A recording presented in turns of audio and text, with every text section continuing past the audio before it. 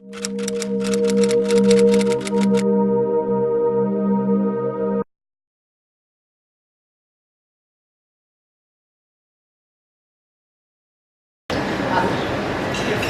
in general, when it comes to the BRCA gene, only 7 to 10% of women actually carry the gene. So most cancer is still what we call sporadic.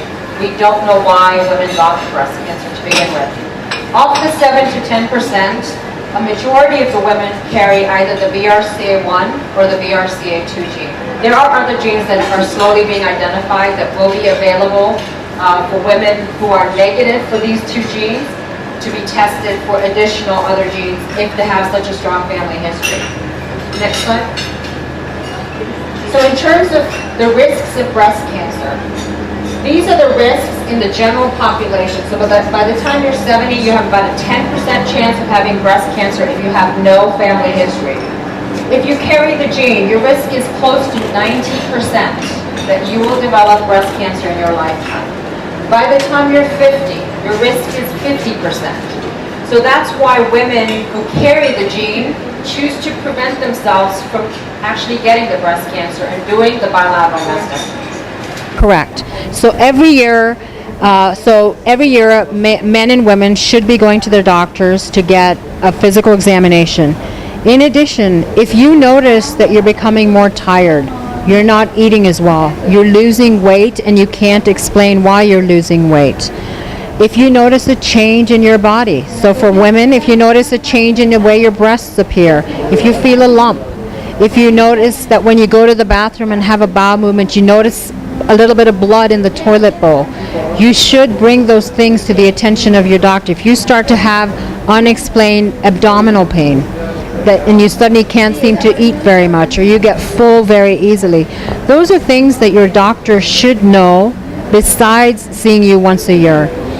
In addition, there are tests that are available that can help detect cancer earlier. So for a woman, a yearly mammogram is very important for detecting cancer earlier. You can cure breast cancer if your cancer is found early, and mammograms really help find breast cancers early. In addition, for women, there's the pap smear. Pap smears are done also yearly, and they can help with the detection of cervical cancer. For men, after the age of 50, they should be getting a yearly prostate examination by their doctor, as well as a blood test called a PSA. A PSA helps detect prostate cancer.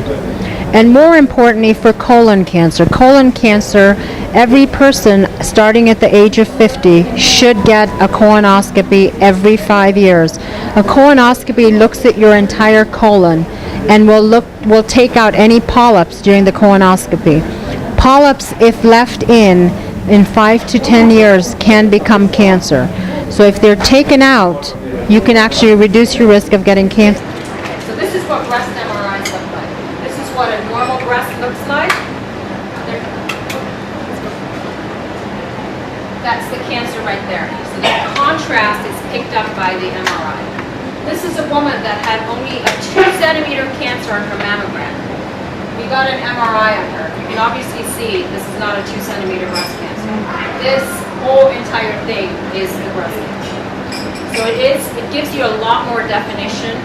And the patients that we're really doing MRIs on, anyone who has a strong family history qualifies for an MRI. If you've been diagnosed with breast cancer, you qualify for an MRI. And if you carry the gene, you qualify for an MRI. So MRIs cost anywhere from about $2,000 to $2,500. So very expensive. It's not used as standard screening. So it's important. So the one thing that you should do is every time you see a doctor, which is once a year, you should be going to your personal doctor and doing a full examination. When a doctor sees you, a lot of times their advice that they can give you in terms of your future risk of cancer is based on certain things that you do and certain things that you inherit.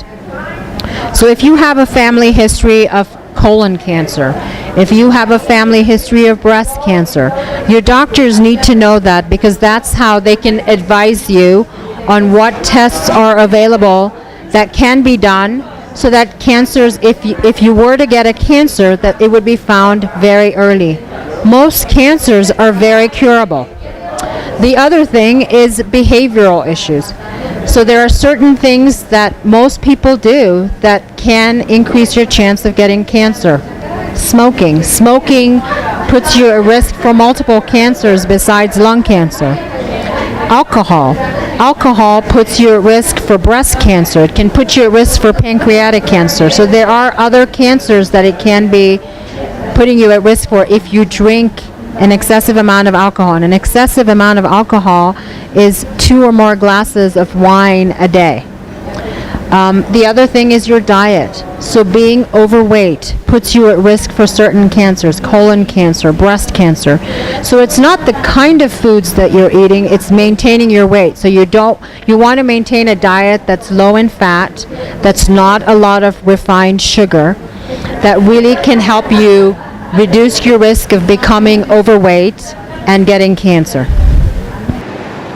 What skin-sparing mastectomy? This is what my patient looked like before surgery. This was the biopsy site where she's black and blue. This is her after her mastectomy with reconstruction. I removed the entire thing. Her nipple areola was reconstructed, but the entire breast was removed through that incision. So no more do women go through large scars to go through mastectomies. Next slide. This is also a woman who underwent a skin-sparing mastectomy. This was her before, right when she was diagnosed. This is what she looks like after. So really great cosmetic outcomes now in terms of the surgery that we're doing.